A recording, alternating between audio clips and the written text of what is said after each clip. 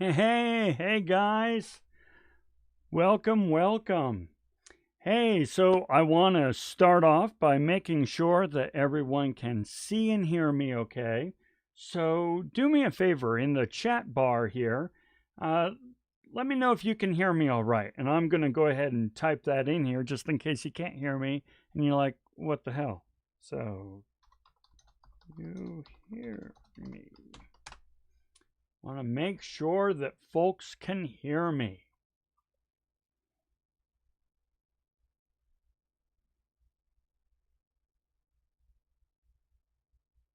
I know, long pause, right? There's a little bit of a delay, so I want to make sure. All right, Mariana, I can hear you fine. How are you doing? I'm doing great. I'm doing great. I'm eager to jump into this because we've got like 2 modules. That means 4 readings that we're doing today. So I really want to make sure that I totally set you guys up for success. But thank you for asking. Yeah, I'm doing fantastic. Okay, well then we're going to go ahead and jump right in. I'm sure others will be joining us as we go along. And it doesn't matter either way because I'm recording this. And so it'll be available on YouTube. So if it's just you and me, that's all right. We'll play with this. All right, so this is what we have as our agenda. We're going to be going over 4 readings. Since we're doing 2 modules in this 1 week, here's the thing, guys. With these particular readings and so forth, if you watch this video, if you participate in this live stream in any way, shape, or form, pay close attention, take notes along the way, you'll be able to just skim the readings. Hey, Mitch, you'll be able to just skim the readings and you'll be in fine shape. Okay, so with that, let's go ahead and jump right in. And we will jump in. I want to make sure we're over here. I'm going to jump in with The Republic by Plato. Now, guys, I want to remind you, it's not a history class. I know it's so totally going to feel like a history class. I mean, for crying out loud, we're talking about Plato, right? Plato. I got to get some Plato. That'd be fun.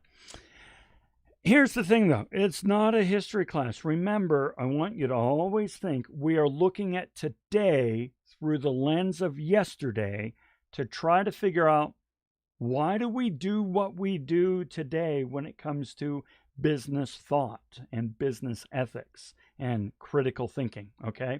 So I just want to set that up as we talk about Plato here. So here's the thing. I want to start off with a quick question. I might just have the 2 of you participating right now, but that's all right. I'll just, do this quick. I want to ask you 2. So I got Mariana, I got Mitch. And for those of you playing at home when you're watching this later on, I want you to think about this. You're just starting your career. Put yourself in that mind space. You're just starting your career, one that will guide you for the rest of your life. What should you consider when deciding what to do as a profession? How will you decide what to do as a profession? So I'm going to give us a little bit of time to think about that. And do me a favor. Do me a favor. Write your responses. I know I'm messing up. Write your responses in the comments.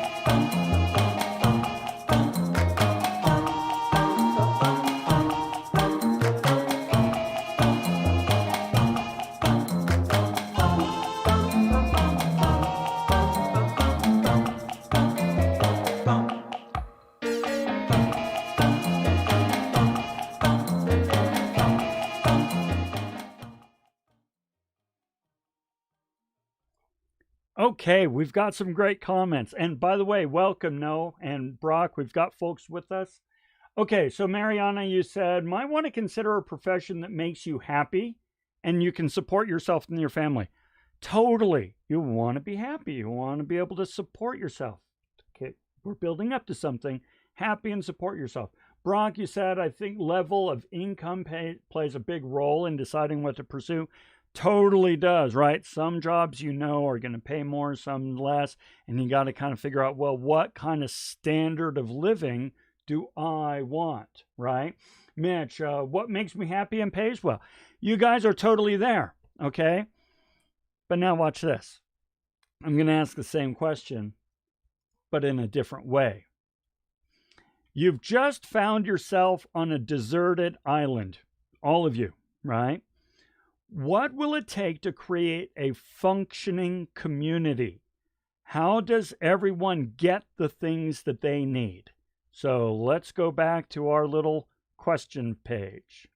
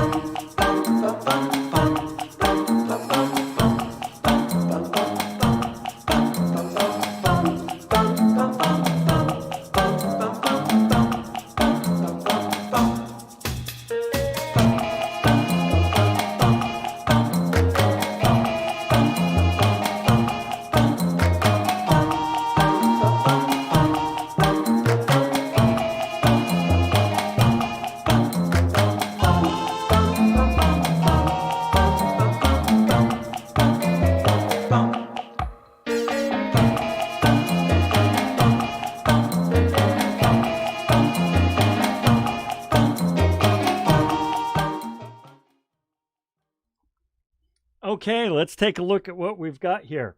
So, Mariana, communicating and using the best resources that you have, right? So you're kind of thinking we have limited resources. How are we going to use, allocate, and consume these resources for the community? Brock, I think everyone would probably have certain role to play for the benefit of everyone in a tribal sort of fashion. Yes. Yes, I mean, both of you, yes. Here's the thing, guys.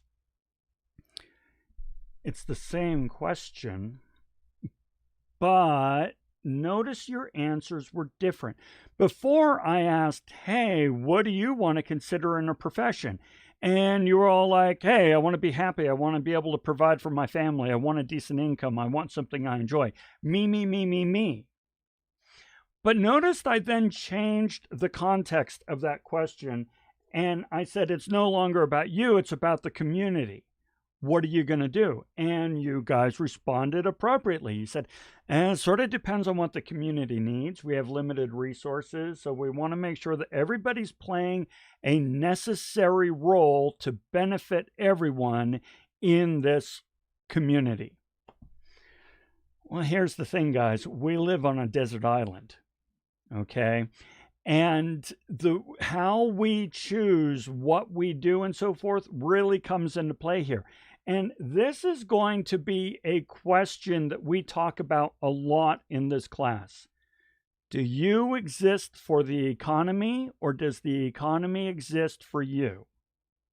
Now, if you exist for the economy, that means that you live on a desert island and you need to do something that's of immediate value and worth for the economy.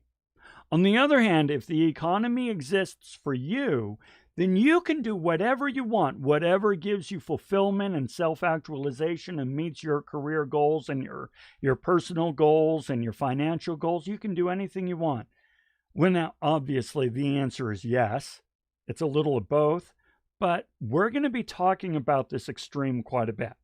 Okay, so let's keep going. All right, this is what you've done in your readings thus far. And you kind of did this on your own because of the holiday and so forth. I get it. But, you know, we talked about trade and barter in one of your readings. And we talked about the idea of production and distribution with the Sumerians and the nomads. We talked about money in the reading. Now, I want to remind you, money was made up, right? Money does not exist naturally. It's what I call a universal abstraction of value. Whenever we trade something, we create value. But how do you represent that value that you've created? Well, you create it in money. You represent it in money. Furthermore, if I want to trade something with you and you don't have anything I want, but I have lots of stuff you want, well, you can't trade me your sheep because I don't want your sheep. So instead, you give me something that symbolizes the value of sheep that I can then go use somewhere else. The readings kind of discuss that a little bit.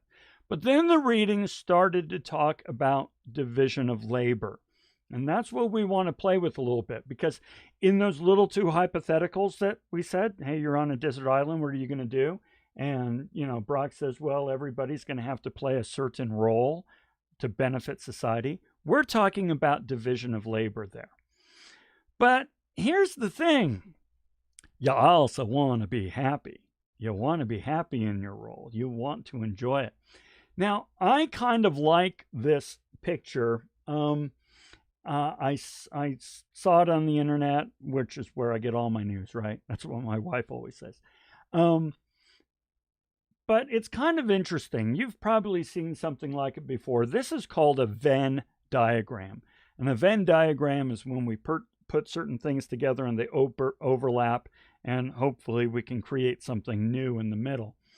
So you look at what you love doing, and then you look at what the community needs. And then you look at what you could possibly be paid for, and then you look at what you're good at. And hopefully, if all the stars align for you, you can find something nice and in the middle. Well, the truth is, it is heinously rare that we find something in the middle. You always have to make sacrifices. You always have to, okay? Am I doing what I love? In my case, am I doing what I love? I am so totally doing what I love. Am I good at it? I think I am. I've received feedback and instruction and guidance that have helped me improve, and I've received feedback that I am good at it, although I'm still improving, obviously. Can I be paid for it? Yes, but not as much as I was paid to be an executive or a manager over at Intel Corporation. When I was working in corporate America, I was making quite a bit more money, but that's not what was important. But I was willing to make that sacrifice. Does the world need teachers? I think so, but the world doesn't reward teachers in the same way. On the other hand, when I was with Intel, did I love it? No. Was I good at it? No, I don't think I was. I don't think I was as good as I could have been. Was I paid well for it? Oh, yeah. And did the world need it? I think so. CPUs are great and so forth. So we're always looking for something. But here's the thing, guys. This is a video. We're not going to watch the video because we're in a video to get meta. But here's the thing. We're often told, pursue your passion.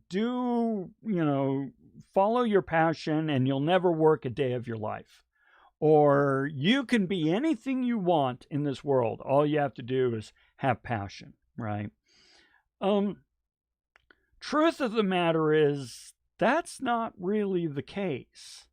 Now, you see that book there, Flags Unfurled by Jason Bauer.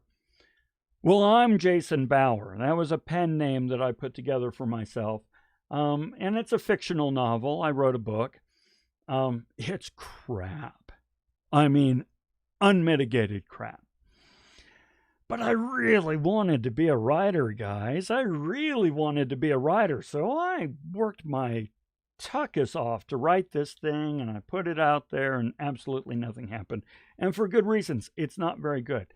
Now, could I have pursued it and so on and so forth? Probably. But the fact is, we have to look at what the community the market, the economy needs.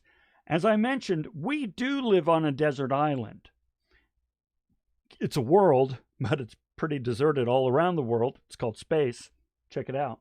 And just as in Brock says here, we all have to play a certain role in order to benefit everyone in society. And the economy kind of decides what those roles are.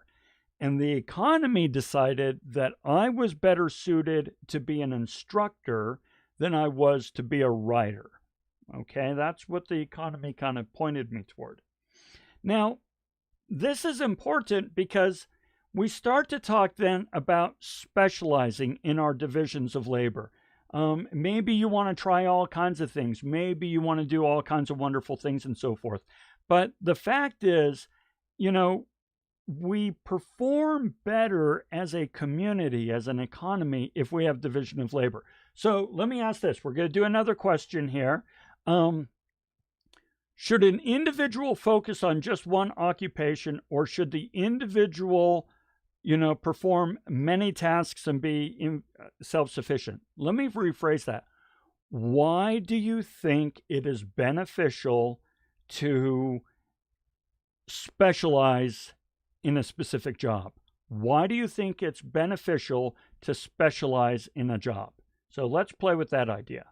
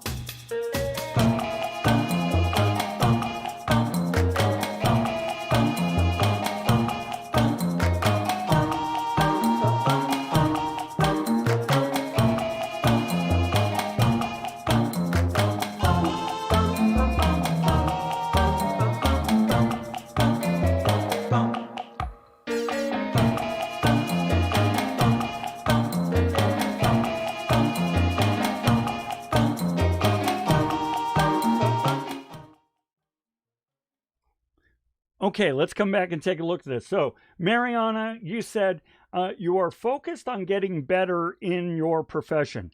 Totally true. So, the more you do a specific task, your division of labor, your specialization, the better you get at it. The more efficient you are, the better your quality, the more consistent you are, and the more of yourself you can bring to it. Bingo. Okay, Brock.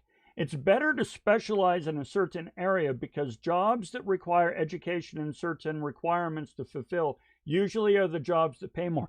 Yeah, if you are really good at something that the market needs, you're going to be paid more. It's pretty much an economic constant. We're going to talk about these constants of economics in this class. We're going to challenge them all. But for right now, let's go ahead and accept this constant. It's an economic constant that the better you are in a job that the market needs, the more you're going to be paid. And how do you get those skills? Education, experience, and all that. Very good. Madison, so you can become a subject matter expert, SME. That's what we call them, SMEs. In the corporate world, SMEs, subject matter expert, and essentially be paid well for it. But it is important to diversify and become independent. Okay, I want to make sure I read this. It is important to diversify to become undependable. That's interesting. What do you mean? Oh, okay. I was about to get all like philosophical and crap with that, Madison. Oh, unexpendable. That's cool. Yeah. Okay. So thank you. Thank you. Guys, Madison is onto something here, and I want you to like totally embrace what I'm about to say. As a matter of fact, we're going to bring it back here. Every single day, you earn tomorrow's job. The work you do today earns your job tomorrow. You own your employability, which means Madison is dead on right. You want to make sure that the company needs you and you are delivering value each and every day, because they will let you go in a heartbeat if you don't. We're going to talk a lot more about that. Okay, excellent. Very good, guys. Very good. So here's another thing. Now, we won't do the question one on this one. This reading talks a lot about the need for a marketplace.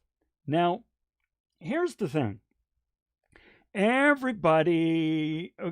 We've got everybody doing something really well, producing goods and services, goods and services, goods and services. But if they're all sitting at home, like, well, quarantined, right? But imagine when we didn't have internet, we didn't have travel, so on and so forth, and we weren't quarantined. If everybody's sitting at home with goods and services, they cannot sell their goods and services.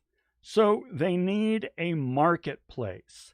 Now, everybody comes to this marketplace just like this little picture shows, right? And they are offering their goods and services in this marketplace. Now, the really nice thing about this is that it really rewards those who have really done a really good job. This is kind of the beginning, the very beginning of an important concept of competition, right? Is if somebody's really good at something and they take their goods or services to the marketplace, their products and services will be preferred over the competitors. So marketplaces are where people can come to sell their wares. But, and this is important for this particular, reading and so forth, it is a B to C relationship, meaning, and I'm going to type this out, B to C is business to customer. Okay, B to C, business to customer. The idea here is that those who produce their goods and services sell directly to the people who need their goods and services in this particular model right now, okay? But as you know, that's going to change. All right. So here's this question that we're coming back to then. And it's a question that Socrates asks. Plato, was an apostle or a follower, student, whatever, of Socrates. Should society allow everyone to act in their own self-interest? Okay? And here's the thing. Socrates did not think that society should allow everyone to act in his or her own self-interest.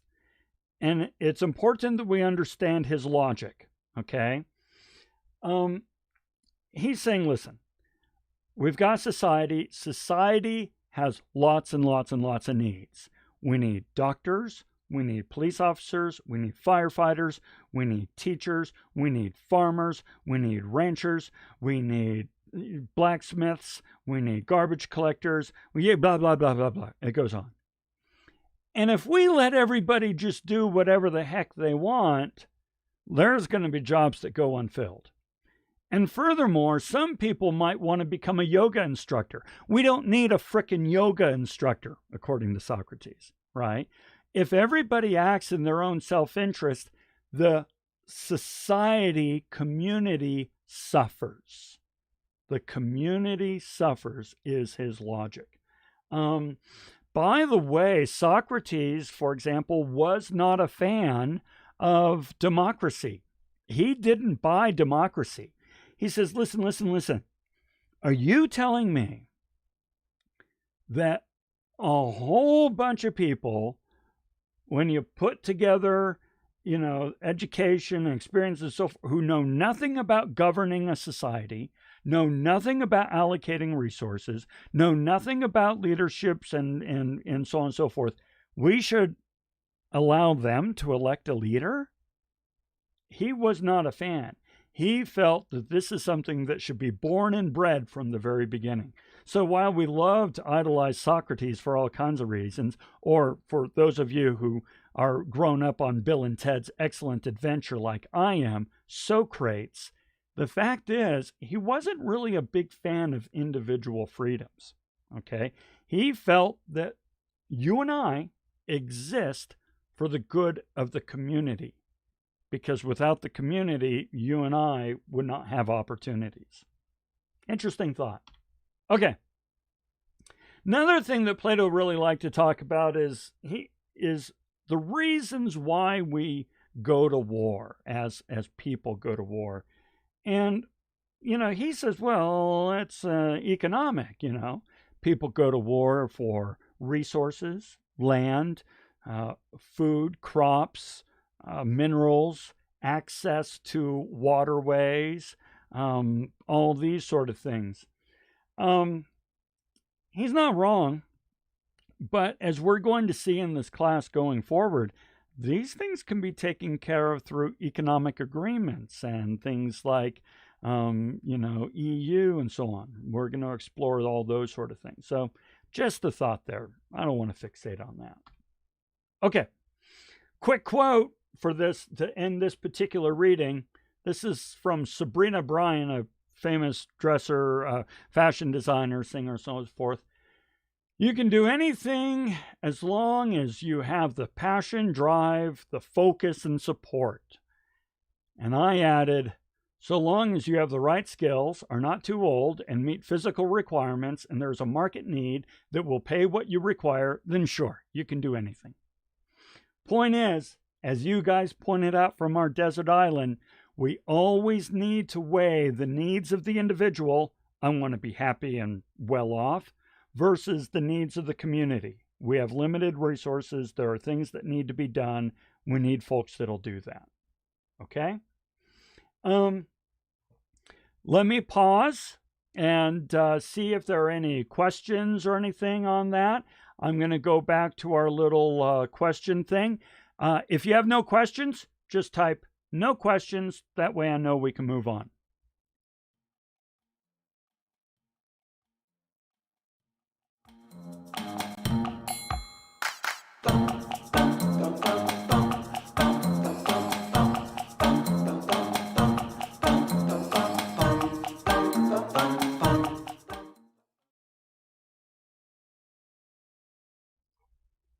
Okay, looks like we're in good shape.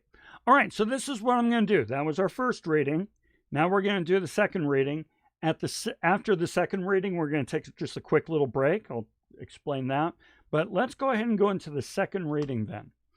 The Politics by Aristotle. Once again, we're looking at today through the lens of yesterday. So let's talk Aristotle. So here's the thing about Aristotle.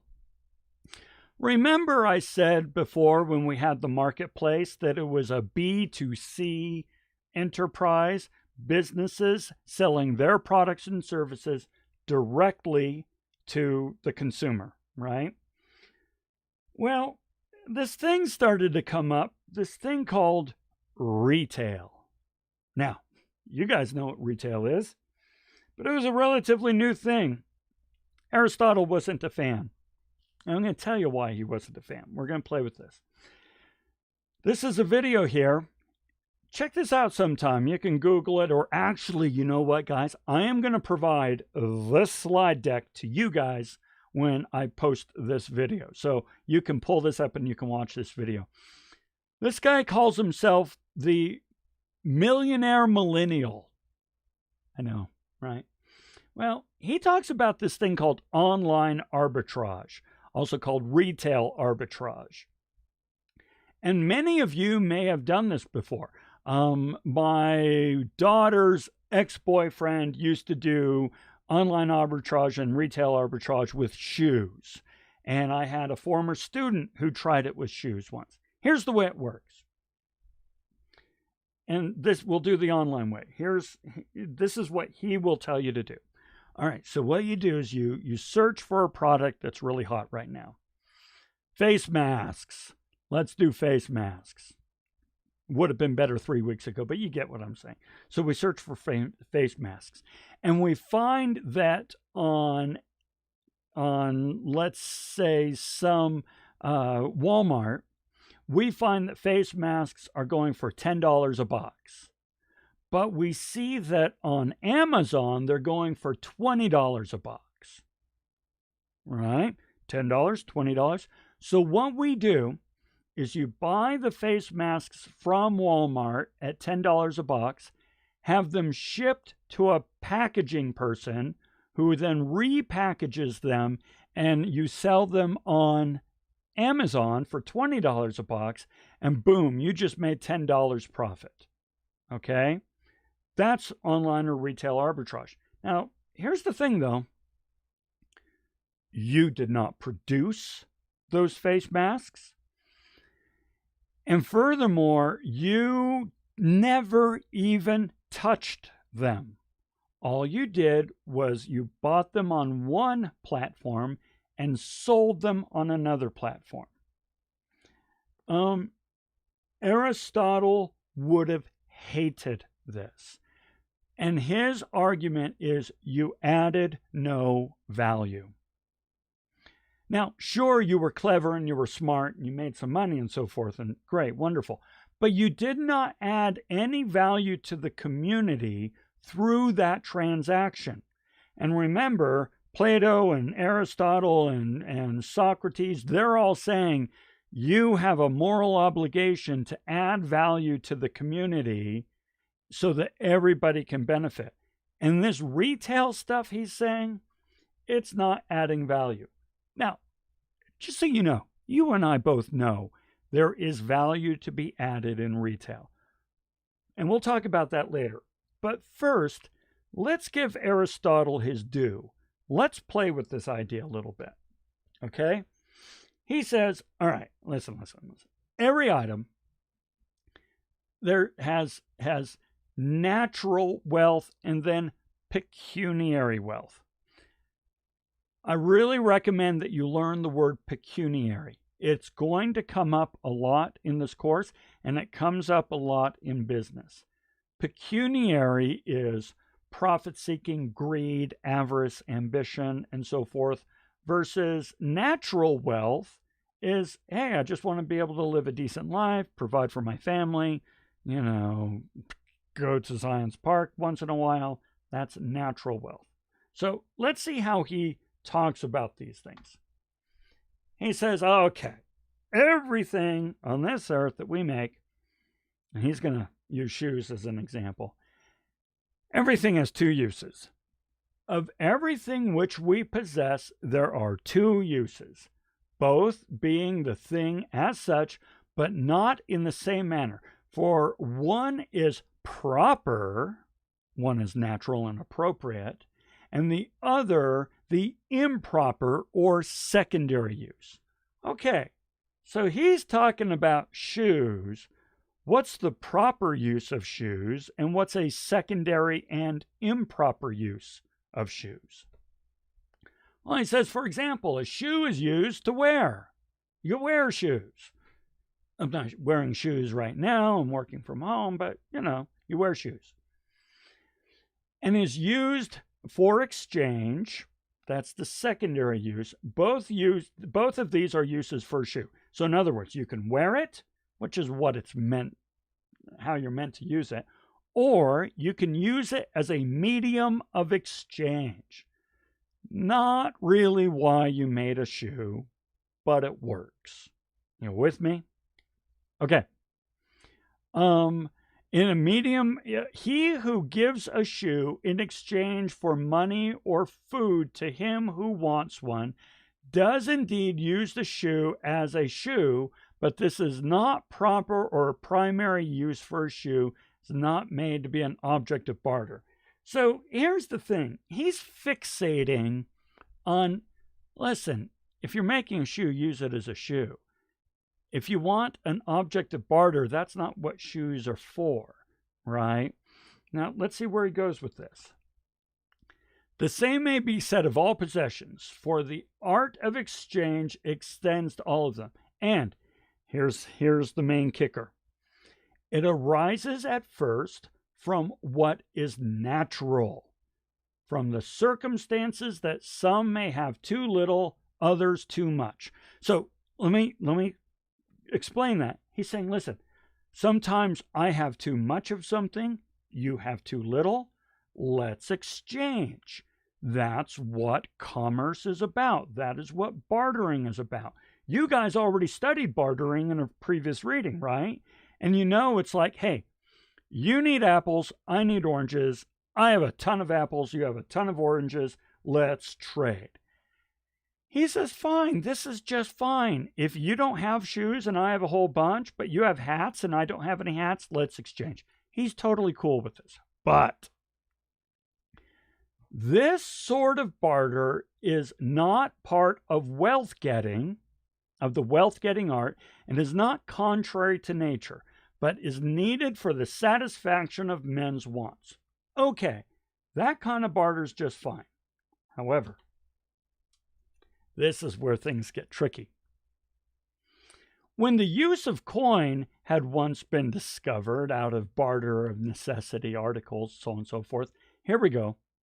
Retail trade, which was at first probably a simple matter, but became more complicated as soon as men learned by experience whence and by what exchange the greatest profit might be made.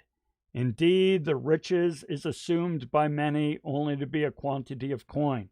Okay, let's talk about what he means. Do me a favor, let me know in the comments if any of you have ever seen the movie The Big Short. Okay? Here's, as the comments come up here, let me explain The Big Short. The Big Short is a movie that tries to explain, and it is really complicated. So any movie that tries to explain, it's a rough going, but it's a great movie. Tries to explain what happened during the financial meltdown, during the housing market meltdown. Okay, so Mariana, you haven't? I highly recommend it. Madison, you have? Yeah, great movie. The housing market melted down, and your parents, go ask your parents about when their home was underwater, their mortgage was underwater, and the housing market was all falling apart and so forth.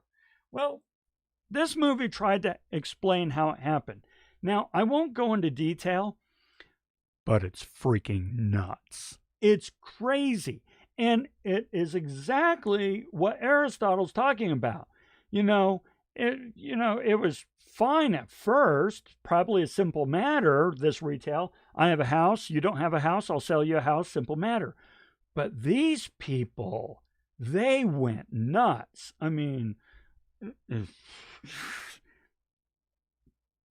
these people are trouble. These financiers, and the way they financed this, and the way they made bazillions and bazillions of dollars by the most weird and arcane retail transactions, you couldn't believe it, okay? And that's what Aristotle's saying, is he says, listen, if we're doing the occasional retail barter, fine, okay, that makes sense. But the problem is we have now replaced the value of barter with this new thing called money, and we are no longer interested in what value do we provide to the community. We're now only interested in what value can I provide to myself. You see what I'm saying? That's what that online arbitrage guy is saying, is I can do all these fancy manipulations and I can make money. Now, never mind the fact that it doesn't make any value, create any value for the economy. He made money. That's what he's talking about.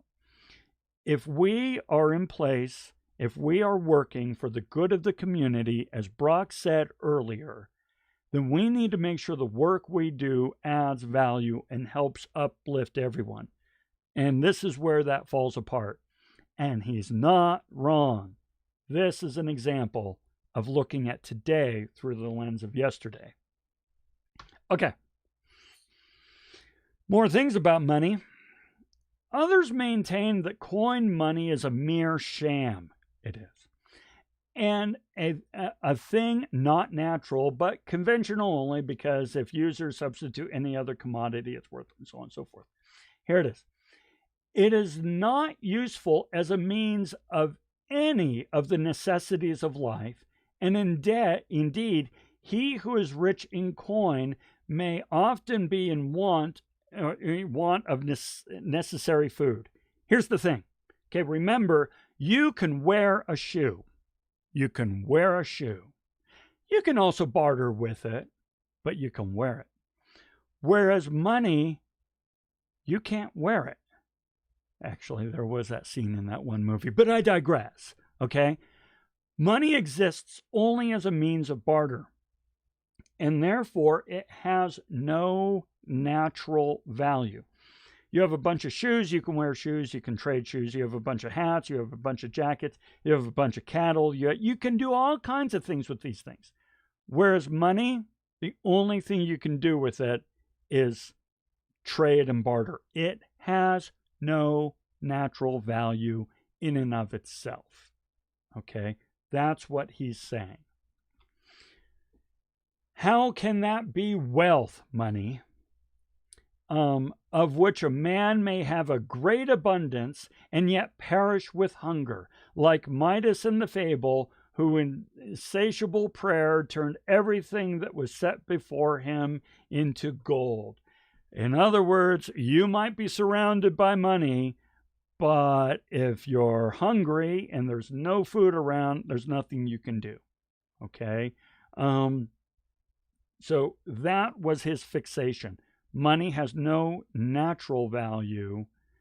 Only commodities have a natural value. Okay. So, of course, based on this, he's kind of making some judgment calls on how best to accumulate wealth.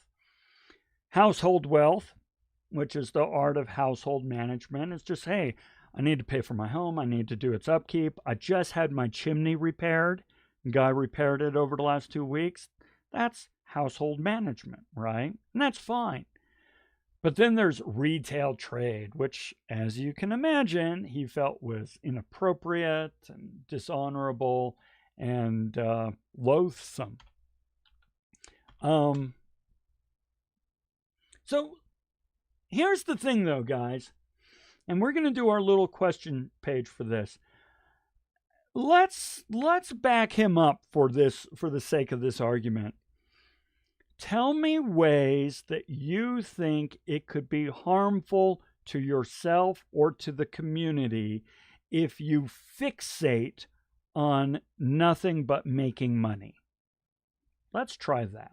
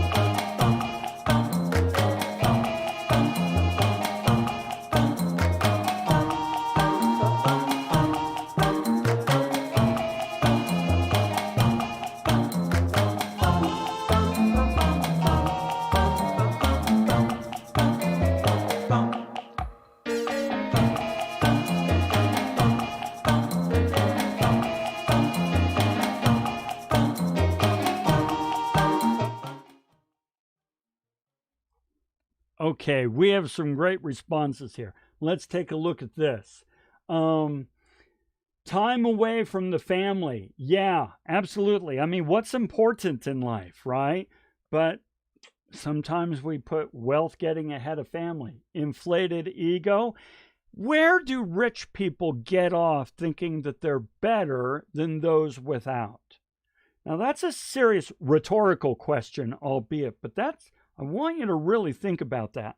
And we're going to talk about this a great deal in this class going forward, where the rich think that they're better than the rest of us. Why is that? We're going to explore that. You start to be more aware of how to make more and more money, and you become an outcast to what really matters. Oh my gosh, Mariana. Yeah, absolutely. You totally lose perspective. Losing connection with others.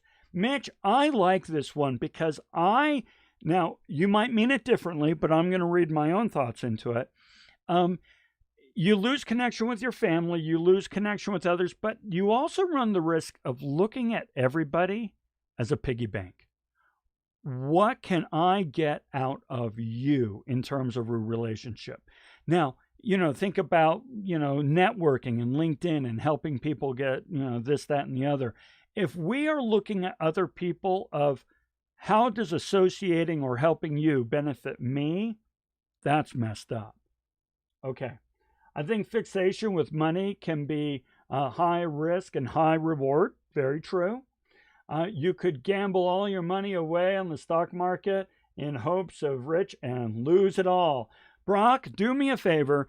Later on, Google, it's a poem called If by Rudyard Kipling. If, I-F, by Rudyard Kipling.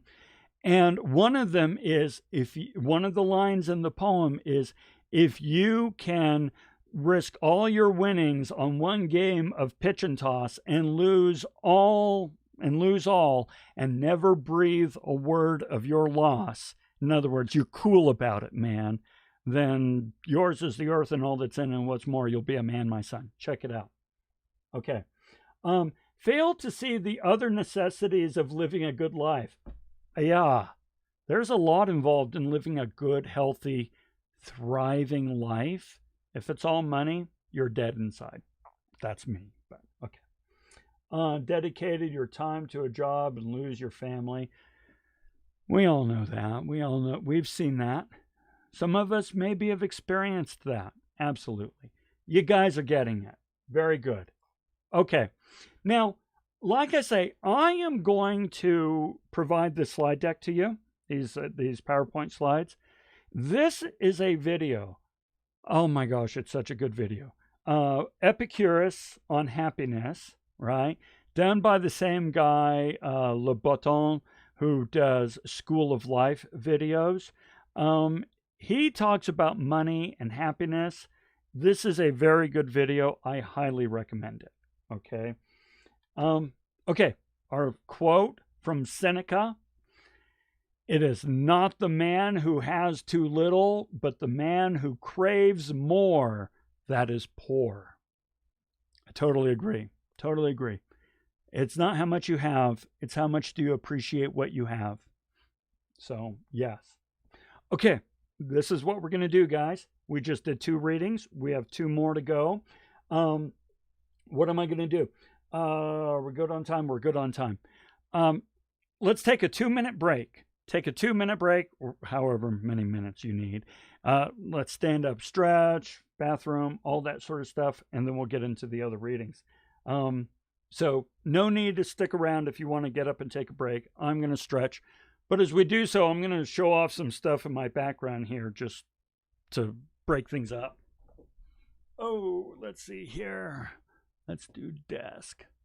So, I have a whole bunch of stuff here in my background, and if you've been watching my videos, you've seen some of these. Folks often talk about or ask about the skull. What's the deal with the skull? Let's see. Yeah, the light is so bright, it doesn't really show up too great. So, no, it's not so I can practice my Hamlet and do, oh, poor York, I knew him well, you know. My wife is a radiological technologist, which basically means she's a rad tech. She does x-ray. She does x-ray. And hey, if you want to learn more about how she became a rad tech and did this career transition, watch my new YouTube series on career changes. I'm doing a 13-part series on how to get into your first major career or how to change careers. Any case, she comes up in that quite a bit. So obviously my wife is like way into skeletons and skulls and so on and so forth. And you should see her office. It's like she's this goth punk chick, right? But no, she just likes skulls and skeletons. She's in radiology. So the reason I have this is just as a little homage to her, to keep her in the room with me. Funny thing is, you can't quite see, but it has written on the skull what the different, bones are called and so forth. But she pointed out to me when I got it, a lot of them are wrong. So what can you do? So there you are. Another stretch and we'll be good.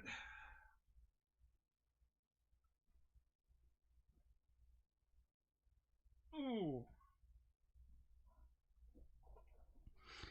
When I teach in the classroom, I'm always standing and walking and moving, so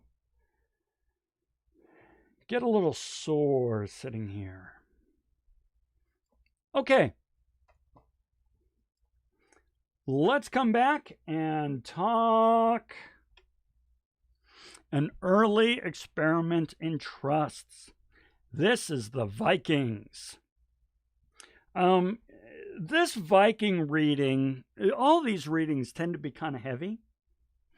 So once again, you pay attention here, you take some notes, you consider it, you play with the ideas, you're going to be fine when you scan the readings. Here's the thing about Vikings. We all know about Thor and Mjolnir and so on and so forth. We have this image of Vikings in our head, but that image is not very accurate. Yes, they were warriors and so on and so forth, but that's not really how they expanded and grew and developed their wealth and so forth. Your typical Viking was less of a warrior and more of a, trader in a very, very complex network of pan-European trade. And that's what we're going to talk about today, this complex network. Okay, so here's the thing.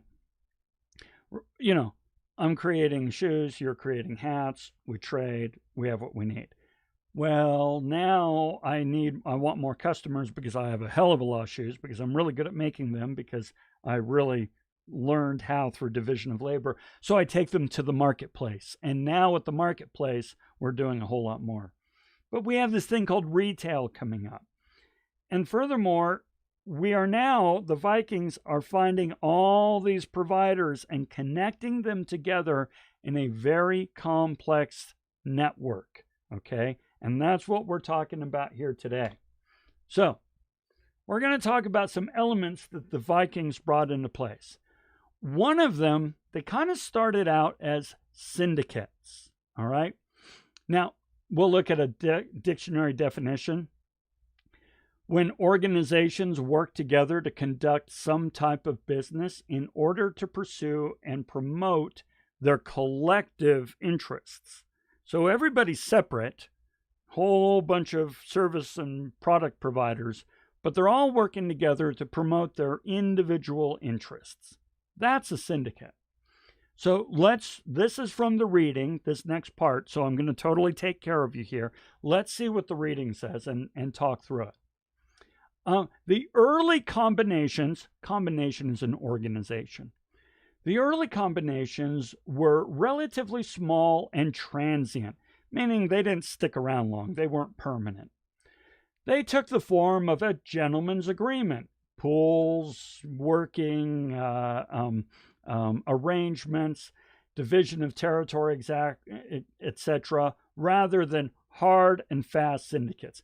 It's just a whole bunch of people seasonally getting together to help make something happen for mutual interest, nothing permanent, very transient. In the early days, a combine, an organization, would be formed for a season between two or more capitalist undertakers, for the most part employing their own capital only, without recourse to credit, although credit arrangements occur quite early, but they are not very common in the early recorded phases of trade. Okay, so what did we just say? Well, it's like these business people just kind of get together and say, hey, Christmas is coming up. people want to buy trees. And by the way, we'll use this analogy a few times. Well, people want to buy trees. Well, it's June. They don't need trees now. Yeah, so we're not going to cooperate. We're fine. Well, all right, but it's October, November. People want to think about trees. All right. So I'll tell you what. You have a tree farm. You have a cutting mill. You have trucks. And you have access to land where people can set up the trees to sell them in these cities. Tell you what. Why don't we get together this Christmas? We'll all work together. We'll sell the trees. We'll make money. And then we can go our separate ways. That is a basic syndicate. Okay. Syndication of increasingly close texture and increasingly permanent effect appeared to have rapidly grown in favor of the 9th and 10th through the 9th and 10th centuries. The reason for this movement of coalition are plain. The volume of trade as well as the territorial expansion increased uninterruptedly. All right, what did that just say? Well, it said, you know what? Nice little temporary syndicates, that's all well and good. Great, we sold some trees. But you know what? You grow or die. And, you know, we can do trees in the winter, but then we could do lawn mowing in the summer, and then we could do gutter cleaning in the fall. You know, we ought to expand our service offering, and we ought to expand our products. And this sort of temporary gentleman's agreement syndicate, we actually ought to kind of make it a little bit more real. We ought to really make this a hard and fast, continue moving forward agreement. Okay? Now, Brock just said, are there specific legal actions that you have to take in order to form a syndicate? Now, okay, that's a really good question, Brock, because today's syndicate has a similar but different meaning.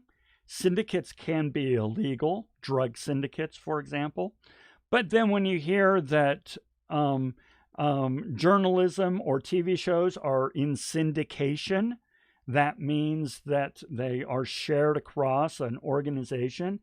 But no, in fact, today, especially in really business-friendly states like Utah, you don't need special agreements. You can have agreements in place easy. I'll give you an example. I make YouTube videos and so forth. I don't want to do it all. I would love to find other people that do different things and so forth so that we can pool our skills and resources to do YouTube videos and maybe websites and then maybe podcasts and so forth. That would be a syndicate. So yeah, doesn't have to be anything specific in terms of legal. Okay, so now syndicates, as they got bigger and bigger, oh, hang on, Brock, could that not be similar to something like a monopoly? We are totally going there, Brock. We are totally going there. So hold on to it. Hold on to that. Okay. And good job, by the way, looking at today through the lens of yesterday. Okay, syndicates got bigger, which means they kind of became trusts. Now, what is a trust? Well, the reading calls this a quasi, meaning so-so voluntary coalition of forces known as a trust. All right, let's read a definition of a trust. A trust is a business organization, a group of businessmen or traders organized for mutual benefit to produce and distribute specific commodities or services, all managed by a central body of trustees. Okay, so for example, when we were just doing little syndicates in the past, there was no central manager. We all just kind of did what we did to create something that benefited us all in terms of wealth and so forth. But now with a trust, now we have central control. We're getting closer to your monopolies, Brock. We have central control, which means people don't really get to choose as much whether or not they participate in the trust or what role they play in the trust. Remember, it says here quasi-voluntary. There were plenty of people in regions and so forth that were pretty much drafted into the trust. Okay, so but they were all controlled centrally. That's what trusts start to become.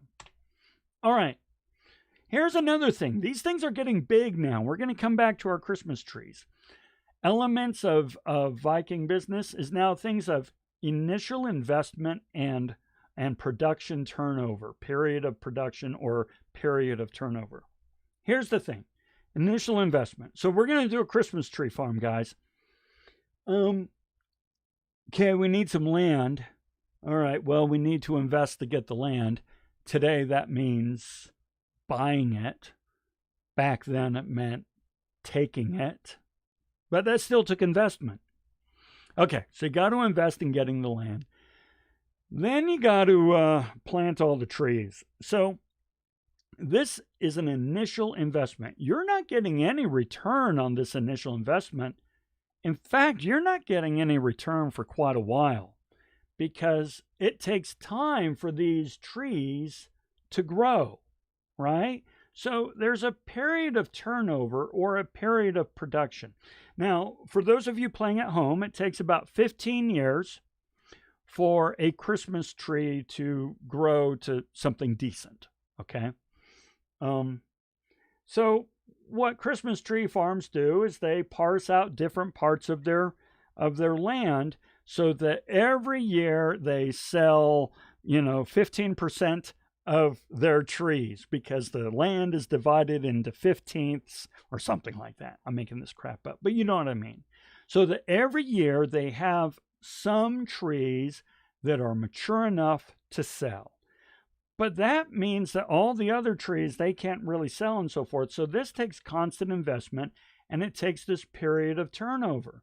Well, this is pretty serious, complicated business now, right? We're no longer just talking about shoes and hats and sheep and ducks and geese and so forth.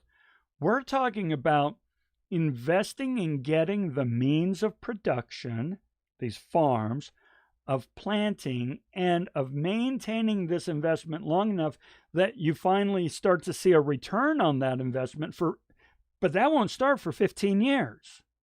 You see? So that takes some central control and so forth.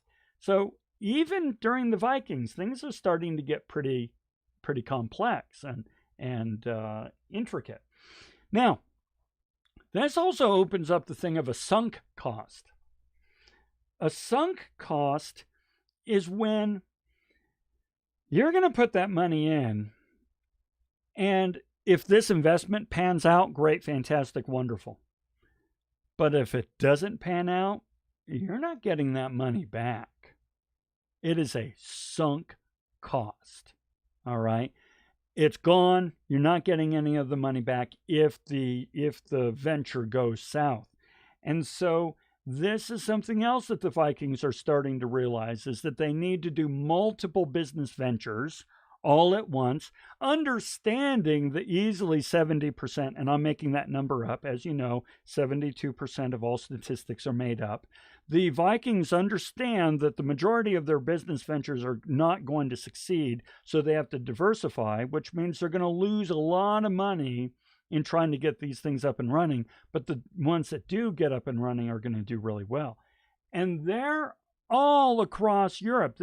These are traders, okay? So they are then setting up production and distribution sites all throughout Europe, okay? I want you to imagine this, all right? All throughout Europe, you have ocean and rivers. These ocean and rivers are distribution channels. They set up production sites all along those rivers and the coastline, and they set up distribution or fulfillment centers all along the coastline so that they can have ready access to the materials they need. We do this today. There's an Amazon fulfillment center out by the airport. Why the airport? Because that's the distribution channel. And why fulfillment centers all around the country and world for that matter? Because they want to have ready access to the goods they need so that when we buy something on Amazon, we can get it 2 days later. Or in these days, it's 2 weeks later because of the pandemic. So Brock just asked, did the Vikings only use bartering as a form of trade, or did they also use money? They totally used money. Now, here's where central control is really cool. You need a central body to say, this is the money we use. All right.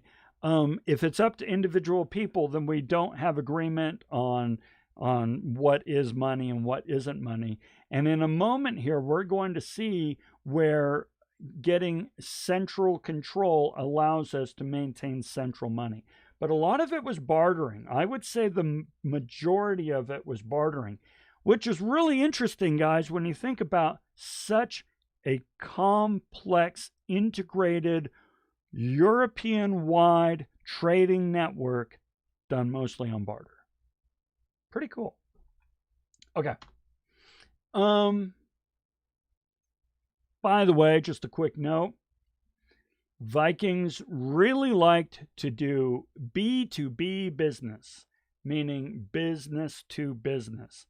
They didn't really produce end consumer goods.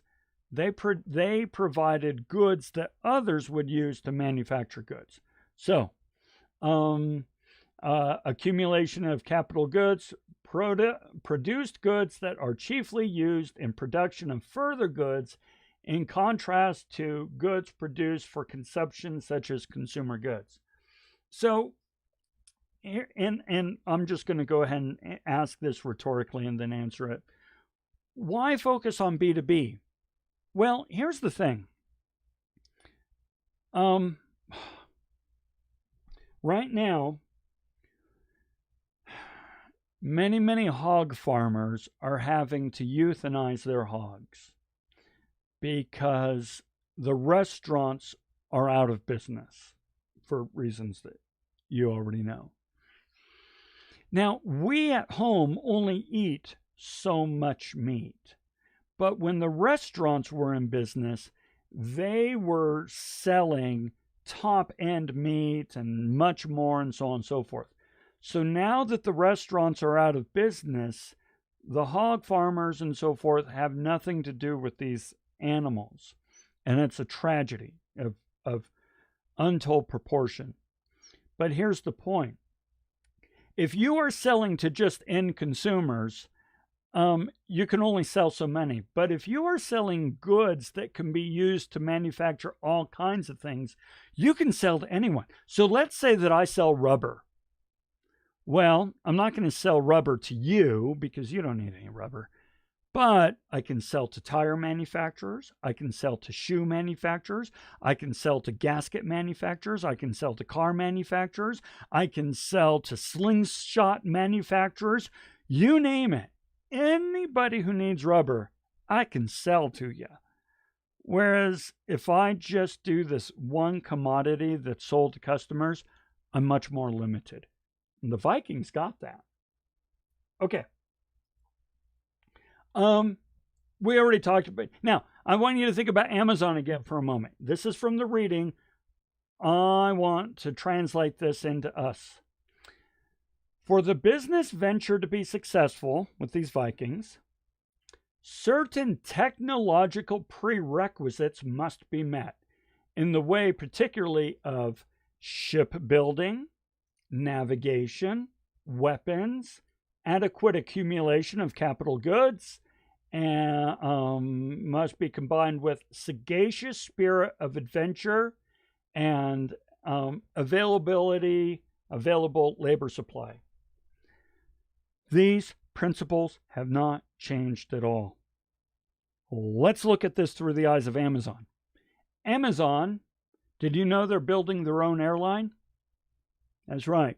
Amazon is working on creating its own airline so they can ship their goods themselves. So they are in shipbuilding. Navigation, yeah, you better believe they use GPS up the wazoo to make their routes as efficient as possible. Weapons, I would put this more along the line with contracts and legal agreements and recourse if they should be wronged in these contracts and legal agreements with various cities, states, countries, municipalities. Adequate accumulation of capital goods. They got to have stuff in their fulfillment centers if they're going to sell it. Sagacious spirit of adventure. That means entrepreneurialism.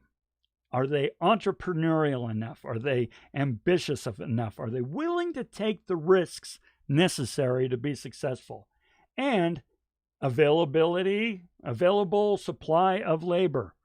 Yeah, that's another reason they choose to build fulfillment centers where they will, where there's an available supply of labor. So guys, the point is, Vikings created these corporations and they started to open the door for monopolies. And they are using the very same principles that we are using today. Nothing's changed. Instead of ships, it's airplanes, and instead of navigation, it's GPS, and instead of weapons, it's legal agreements, but nothing's changed. Okay, so yeah, we live in a Viking world. All right, now, by the way, the readings and the questions, I want to see where we are. Okay, we got to keep moving. Paul Natoki and the corporation. I'm just going to talk through these real quick, if you don't mind. I will provide this slide deck so that you can read through this, but I'm just going to kind of talk through it so we can get on to the final reading. Paul Natoki was a dude, and he was entrepreneurial. He was way out there, totally entrepreneurial. And he was like, you know what? All these trusts that are out there with the Vikings and all these little syndicates, we're constantly warring with one another. And then all the city-states where we do business are constantly warring with one another. And this is bad for business. We're wasting a lot of resources that we could be investing in making money, but instead we're having to shift them toward war and so forth. So he says, I have an idea.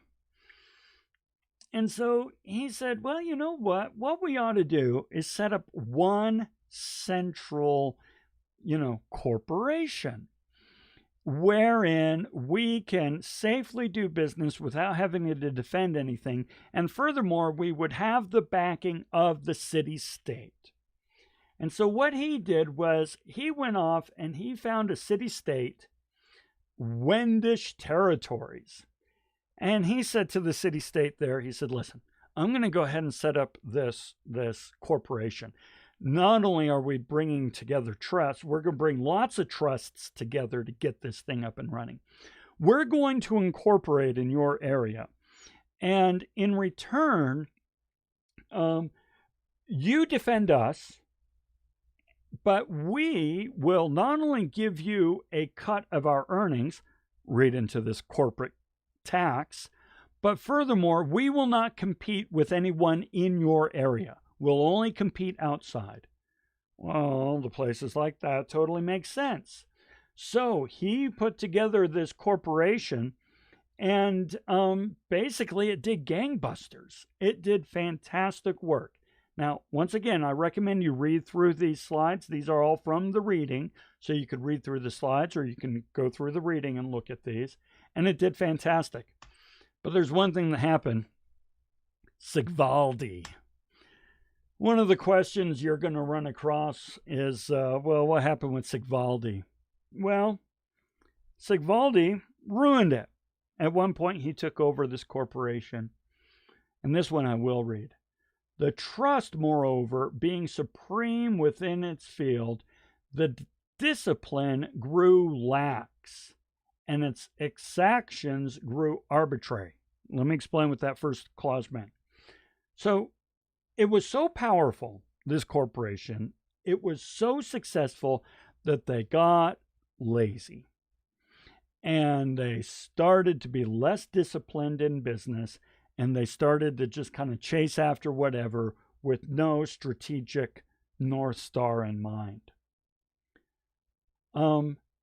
sometimes going to unprovoked excess, meaning they spent a lot of money on stuff they didn't need to spend money on, the luxuries and so forth. One might say too little thought was given to the economies of production, and the charges were pushed beyond what the traffic could bear. In other words, they wasted money on luxury. They didn't pay attention to the economy of scales and of production. They were losing money, and at one point there was no market anymore and they failed. This happens all the time. This was Sigvaldi umpteen hundreds of years ago, and we still have companies that are doing this today. Okay, so you'll have all that reading available to you and you'll be set. Last quote for this reading from Neil Gaiman. Can you believe it? 50 miles from McDonald's. I didn't think there was anywhere in the world that was 50 miles from McDonald's. They're using the same model that the Vikings did. It's nothing new. Okay. Last reading, guys. Okay, let's see. We go until 12:50. Don't worry, we'll be all right. If you're still with me, either real time or watching this, my freaking hat off to you. This is a lot of reading to go over in one time. Luckily, we won't be doing this too many times. All right, social organism. Here's the thing, guys. So, well, religion has to play into this, right? So back in this day, religion is really where power resided. Religion was everything. And they didn't like business. They didn't like business at all. They felt that it distracted people from the really important things. Prayer, fasting, giving to the church, and so forth. They felt that with people improving in their standard of living, they would be less inclined to just kind of put up with things today and just look for heaven, so on and so forth, all kinds of things. Point is, religion at this stage was not totally hip and copacetic with the idea of business. This will change, by the way. It'll change significantly. But right now, they're not hip. So here's the thing. They basically had 4 attitudes toward business. And we're going to explore some of these attitudes. So one attitude they had was what you would call the ascetic attitude. And the ascetic attitude is they saw business as something which one must overcome or escape from, an unrighteous thing to be eschewed. I don't have anything to do with that. That's the ascetic attitude. Now, I have here a picture of some Amish, just because I have a picture of Amish, but we practice this. There might be some of you who will not buy hygiene products or makeup that have been used in animal testing. That is the ascetic mindset, which is, I'm not going to have anything to do with it. If you practice animal testing, I will not be using your products or services. Okay? Others might say, I have an uncle who will not shop at Walmart. Now, maybe you know people who are in the same mindset and so forth. They have their reasons. But that's the ascetic mindset, which is, this is unrighteous, it is immoral, it's something to be avoided completely. All right? Animal testing, Walmart, things like that. Okay? Well, there's another mindset, number 2. Indifferent. Indifferent is saying, listen, religion and business, they're 2 separate things. I can be a good business person and a good devout follower of my faith, and I don't need to worry about the 2 mixing at all. It doesn't matter. So the example I give here is John Willard Marriott Sr., Marriott, the founder of Marriott Hotels. And he was a member of the Church of Jesus Christ of Latter-day Saints. And he, in fact, came up with the idea of hotels while serving a mission in Washington, D.C. And devout member of the faith his entire life, and paid his tithings. Good man, good man. Well, he set up these hotels. Do you know what you could get at these hotels? Coffee, drink, a porno on the TV. You can get it all right?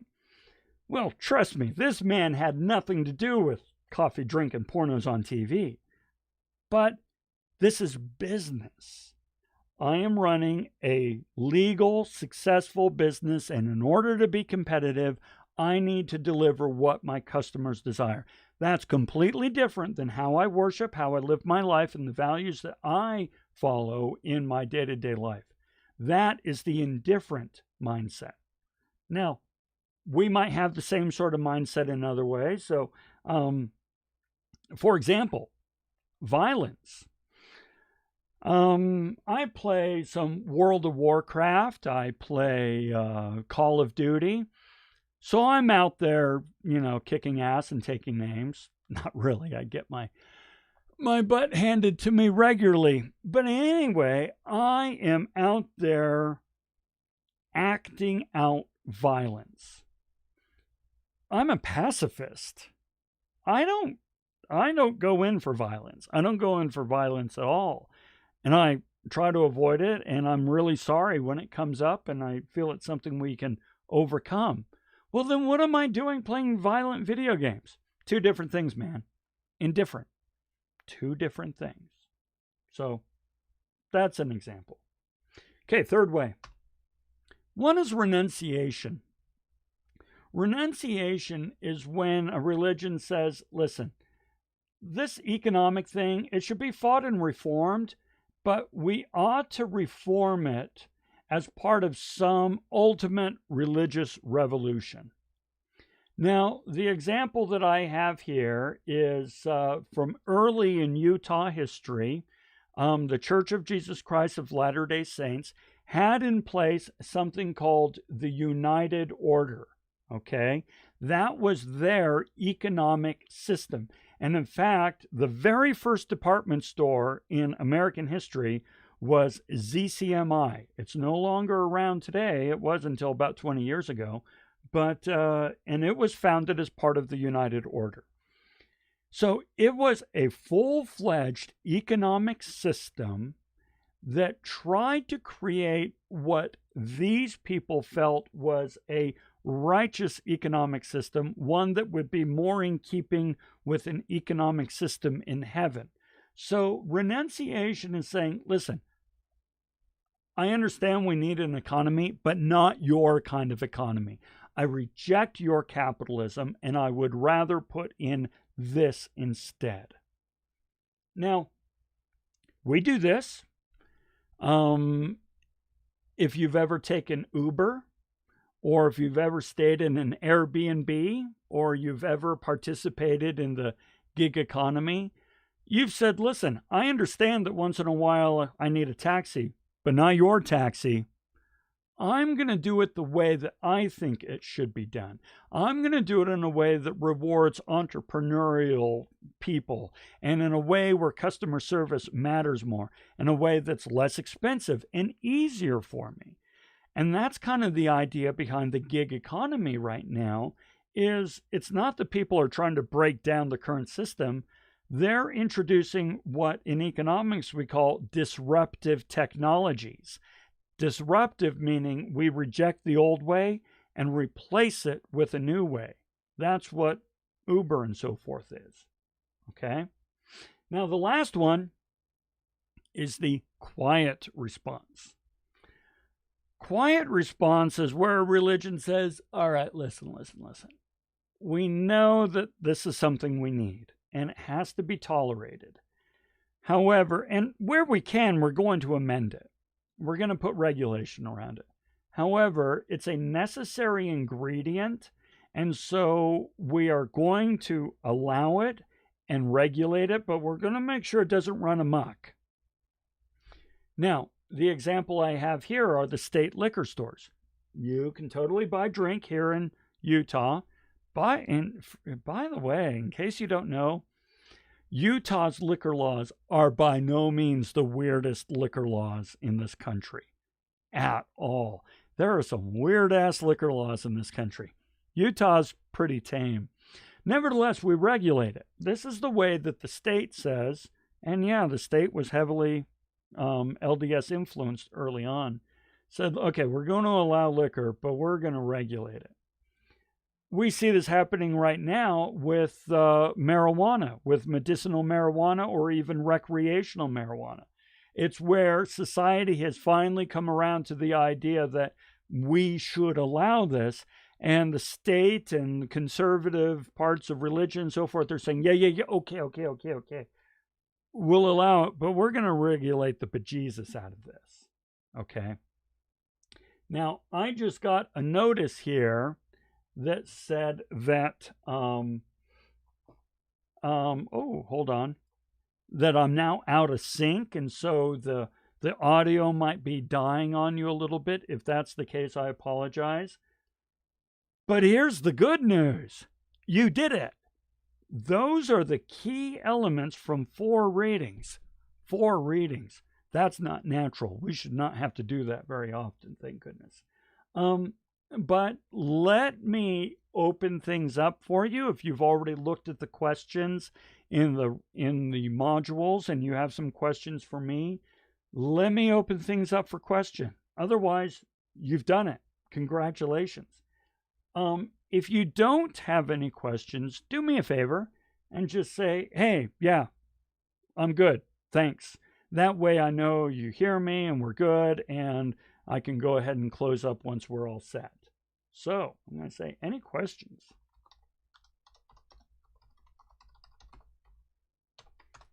And man, good for you for sticking with this, guys.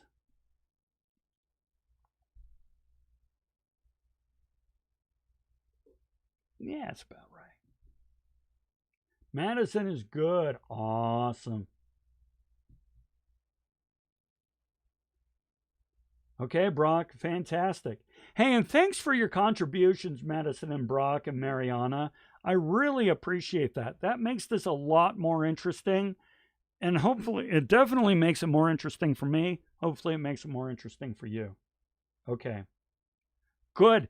Then, folks, if you want to connect with me later, or if you want to connect a Zoom meeting or anything like that, let me know. Otherwise, Waleed, thank you very much. And have a great week. We'll see you again next week. Unless you want to hook up, let me know and we'll set up a Zoom meeting. All right? Have a good one, guys.